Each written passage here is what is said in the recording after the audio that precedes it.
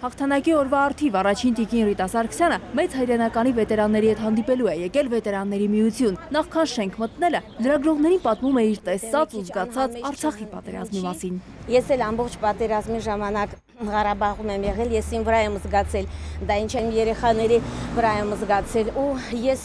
ինձ չեմ առանձնացնում նրանցից։ Հաղթանակը խորհրդանշող Գեորգիևյան ժապավենը առաջին տիկնոջը Նաիրա Գյուրջինյանի երգչախմբի սաները բերեցին։ Վետերանների միությունում հիշողություններն են իշխում։ Ռաֆայել Նիկողոսյանը հիշում է մարտի դաշտում բժշկության ծառայության մասին։ Ես չեմ կրակել, չեմ սպանել, չեմ ոչնչացրել, միայն բուժելու հետ եմ ուղարկել։ Երգչախմբի սաները վետերանների հետ հանդիպմանը իրենց պատրաստած խմորեղենն են բերել։ Առաջին տիկինը հետևեց, բոլոր վետերանները սեղանի շուրջ են, բոլորի համար հուշերի նորեջ է բացվում։ Երբ ինձ հիմա էլ հարցնում են, ասում են, որն է ձեր սիրելի տոնը,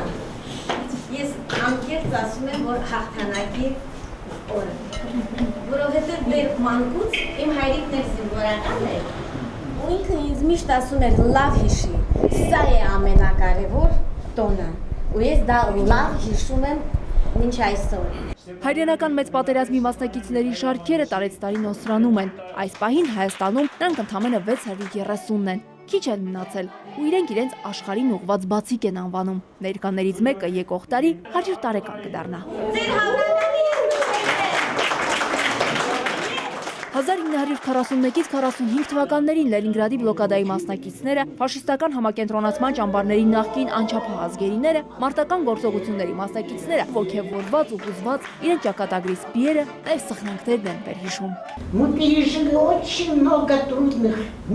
Մենք շատ դժվար րոպեներ, ժամեր եւ նույնիսկ տարիներ ենք ապրել։ Մենք սպասում էինք պատերազմի ավարտին։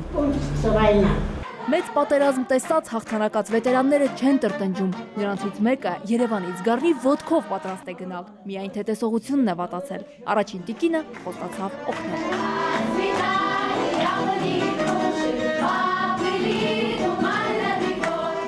Հաղթանակի բերկրանքը վերապրածների համար արդեն 3-րդ սերնդի ներկայացուցիչների կատարումները ջերմ հուշեր են արթնացնում։ Այս հանդիպումը վետերանները չեն մոռանա, դուն կվերադառնան թեյափնջով ու քաղցրավենիքով առաջին տիկնոջից։